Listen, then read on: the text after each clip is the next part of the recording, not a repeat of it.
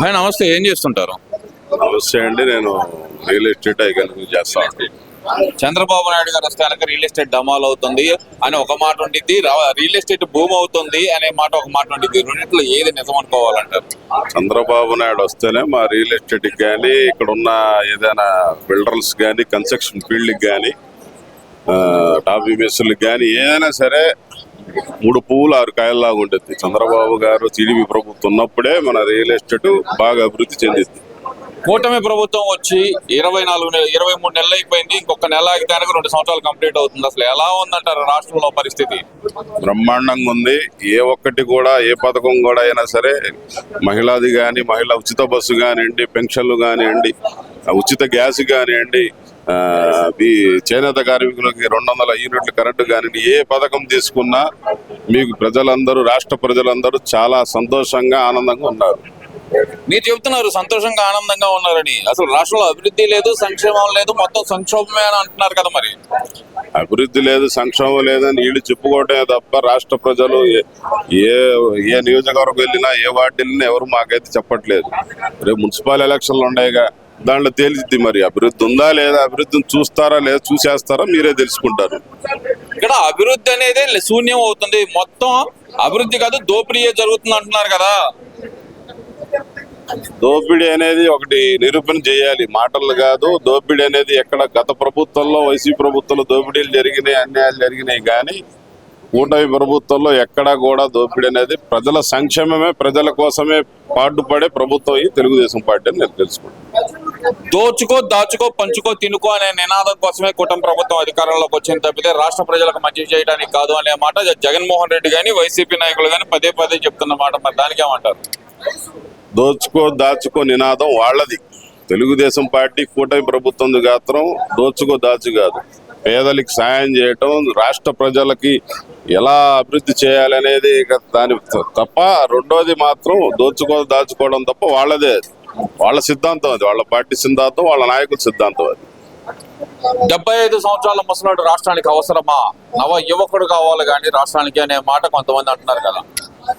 75 అనేది only number. అది 25 ఏళ్ల కుర్రోడు కూడా చేయలేని అభివృద్ధి కానీ ఏదైనా సరే ఆయనతో పోటీ పడి చూపించాలని మేము చేస్తున్నాం. అభివృద్ధి సంగతి పక్కన పెట్టండి, చంద్రబాబు నాయుడు గారు వస్తేనే అభివృద్ధి ఉండదు, అంతా దోపిడీయే ఉంటుందని వాళ్ళు పదే చెబుతున్నారు. దానికి ఉదాహరణ అమరావతి అంటున్నారు కదా. మరి మీరు కళ్ళు పెట్టి చూడండి, వైజాగ్ లో గూగుల్ సంస్థ. గూగుల్ అనేది ఏంటంటే ప్రపంచంలోనే అతి పెద్ద సంస్థ.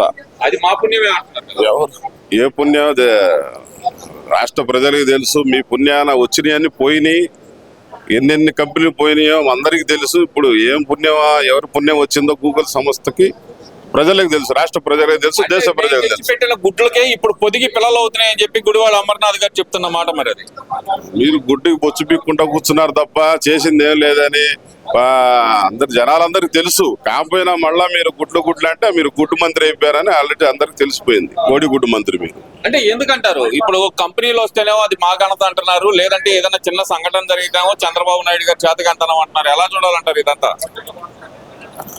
అది వాళ్ళ ఉద్దేశమే అది. ఏదైనా గొప్ప జరిగితేనే మేం చేసామంటున్నారు, ఏదైనా చెడు జరిగితే చంద్రబాబు గారు చేయడమే వాళ్ళ పని అయిపోయింది. అది కాకుండా ఇవన్నీ పట్టించుకోకుండా చంద్రబాబు గారి ధ్యేయం ఒకటే, రాష్ట్ర ప్రజల్ని, రాష్ట్రానికి ఏ రకంగా ముందుకు తీసుకెళ్లాలనేది ఆ ఆలోచన. ఎప్పుడు ప్రతిసారి అదే ఆలోచనలో ఉంటాడు ఆయన.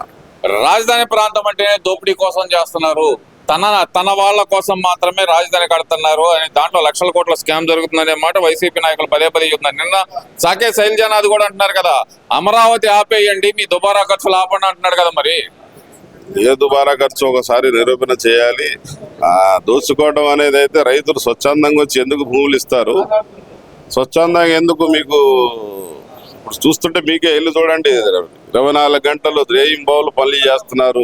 రాజధాని ముందుకు తీసుకెళ్లి ఇంకా అభివృద్ధి చేయాలనే ఆలోచనతో ఎనీ టైం పనులు జరుగుతున్నాయి. వెళ్ళి కళ్ళ పెట్టి చూడమనండి వాళ్ళని. అందులో దోపిడీ జరుగుతుంది తప్పితే ఏం జరగట్లేదు అంటున్నారు కదండి. దోపిడీ అది మాటలతో కాదండి, చేత చూపించాలి, వాళ్ళు నిరూపించాలి. ఏదో మాటలు చెప్పాం, ఏదో రాళ్ళు వేసాం, బురద చెల్లామనేది కాదు.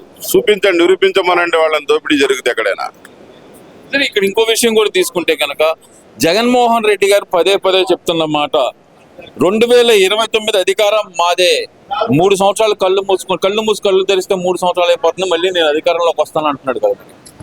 కళ్ళు మూసుకొని కలలు కంటా ఉండండి, పగటి కలలు కంటానే ఉండండి. మీరు 2029 కాదు 30 ఏళ్ళు కూటమి ప్రభుత్వం ఉండిద్దని రాష్ట్ర ప్రజలు ఫిక్స్ అయిపోయారు. రానున్న ఎన్నికలు కూడా కూటమి ప్రభుత్వం గెలుపొందుతుందని తెలుసుకుంటారు. ఎలా చెప్పగలరా మీరు ఆ మాట? ఇప్పుడు ఆయన అంటుంది ఏంటంటే ప్రజల్లో పూర్తి వ్యతిరేకత ఉంది కాబట్టి నేను ఎక్కడికి వెళ్ళినా సరే వేలాదిగా లక్షలాదిగా జనం వస్తున్నారు, నన్ను సీఎం అంటున్నారు, నేనే కాబోయే ముఖ్యమంత్రిని అని చెప్పి చాలా కాన్ఫిడెంట్ గా చెప్తున్నారు. మరి ఆయన ఎలా చెప్తున్నారు అనేది రాష్ట్ర ప్రజలకు తెలుసు. మేము చేసే కూటమి ప్రభుత్వం చేసే అభివృద్ధి తెలుసు. సీఎం అంటే ఎక్కడైనా అంటారు మాజీ సీఎం కాబట్టి మాజీ సీఎం అంటారు. ఆయన దాంట్లో తప్పేముంది? అంటే మాజీ అనేది వినపట్టలేదు అంటారు ఆయనకి. ఆయన స్లో చేసుకుంటున్నాడు. అది మాజీ అనేది సైలెంట్ చేసుకుని సీఎం అనేది లౌడ్ చేసుకుంటున్నాడు అన్న. మాజీ అనేది అండి ఎక్స్ సీఎం అనేది ఆయనకి ఎక్స్ అనేది వినపట్టలేదు. అట్లా అదే భ్రమలో అదే దాంట్లో ఉన్నారు ఆయన సీఎం గా. లేదు 2027 చివరికి నేను పాదయాత్రకు వస్తున్నాను, ప్రజల్లోకి వస్తాను, ప్రజల తరపున పోరాటం చేస్తాను, 2029 గద్దె ఎక్కుతాను, నేను ఎక్కగానే 2.0 పరిపాలన చూపిస్తాను అంటున్నారు కదా. మరి రానండి, ప్రజల్లోకి వచ్చిన తర్వాతే కదా. ప్రజల్లోకి వస్తేనే తెలిసేది. పాదయాత్ర చేయండి, ఏది చేస్తారు చేయనండి. వచ్చిన తర్వాత ఆ ప్రజలే వాళ్ళకి చెప్తారు ఏ అభివృద్ధి జరిగిందా, ఏం మా పథకాలు వచ్చినాయని వాళ్ళే చెప్తారు. ప్రజలే చెప్తారు ఆయన పాదయాత్ర. రాష్ట్రంలో రెడ్ బుక్ రాజ్యాంగం నడుస్తుంది, మేము వస్తే గనక మామూలుగా ఉండదు, ఒక్కొక్కరు గుడ్డలొప్పదేస్తాం. ఇది జగన్మోహన్ రెడ్డి గారు కానీ వాళ్ళ పైనుంచి కింద స్థాయి కార్యకర్త దాకా కానీ వాళ్ళు చేస్తున్న వ్యాఖ్యలు. మరి రెడ్ బుక్ రాజ్యాంగం అనేది ఏ ఒక్క చాట జరగట్లేదు. అది అవాస్తవం, తప్పు మాటలు. కావాలంటే నిరూపించమనండి. ఏదో ఒక్కో చాట చూసుకుని వాళ్ళ తీసుకొచ్చి దాన్ని రెడ్ బుక్ కానీ లోకేష్ గారిని ఆపాదించడం అది కరెక్ట్ కాదని నేను చెప్తాను. ఎందుకు కాదంటారు? రెడ్ బుక్ రాజ్యాంగంలో భాగమేనంట కదా. అంబటి రాంబాబుని మీద దాడి చేయటం కానీ, లేదంటే వల్లభనేని వంశీని జైల్లో వేయటం కానీ, పేరుని నాని మీద అరెస్ట్ వారెంట్ ఇష్యూ చేయటం కానీ, అదే కేసు పెట్టడం కానీ, జోగి రమేష్ ఇంటి మీద దాడి చేయటం కానీ, ఇవన్నీ రెడ్ బుక్ రాజ్యాంగంలో భాగమనే కదా వాళ్ళు చెబుతున్నారు. అమాయకుడైనా అంబటి రాంబాబు అంటున్నారు కదా. మరి అమాయకుడైన అంబటి రాంబాబు ఎన్ని మాటలన్నాడు, ఏం మాటలన్నాడో రాష్ట్ర ప్రజలు, దేశ ప్రజలందరూ చూశారు. ఒక సాక్షాత్ ముఖ్యమంత్రి గారి తల్లి గారిని ఏమన్నాడో, ఏ పదజాలం దూషజాలంతో అన్నాడో రాష్ట్ర ప్రజలందరూ తెలుసు. ఆయన చేసిన తప్పే దానికి అనుభవించాల్సి తప్పింది అంతే. అంతేగాని రెడ్ బుక్ రాజ్యాంగం అనేది ఎక్కడ జరగలేదు. రెడ్ బుక్ రాజ్యాంగమే లేదంటే గనక మరి వల్లభనేని వంశీని అన్యాయంగా జైల్లో పెట్టారు, మా హీరోని అంటే హీరోని జైల్లో పెట్టారు, లోకేష్ కంటే అందంగా ఉన్నారు, చంద్రబాబు నాయుడు గారి కంటే అందంగా ఉన్నారు అని చెప్పి కుళ్ళుతోటి జైల్లో పెట్టారు అంటున్నారు కదండి. మరి ఆ అందం 4 రోజులకి ఎందుకు బంధం అయిపోయింది? ఒకసారి చూడండి. ఆ అందం ఎవరిదో లోకేష్ బాబుని చూసి ఆయన చూసుకోమన్నాడు. ఒకసారి అద్దంలో తీసుకెళ్లి వంశీ గారిని. అందం ఎవరిదో ప్రజలే తెలుస్తారు. 2029 మాత్రం అధికారంలోకి వచ్చేది మేమే అని చెప్పి ఘంటాపదంగా చెప్తున్నారు వాళ్ళు. ఆ ఛాన్స్ అనేది ప్రజలు ఇచ్చే అవకాశం ఉందంటారా? 2029 మళ్ళా కూటమి ప్రభుత్వం వస్తుంది, మళ్ళా అధికారం వస్తుంది. ఆ ఉన్న 11 కూడా కాపాడుకోవాలని రాష్ట్ర ప్రజలు మీకు చెప్తున్నారు. అది ఆలోచించండి. ఉన్న 11 మీద ఆలోచన చేసుకోండి. Thank you.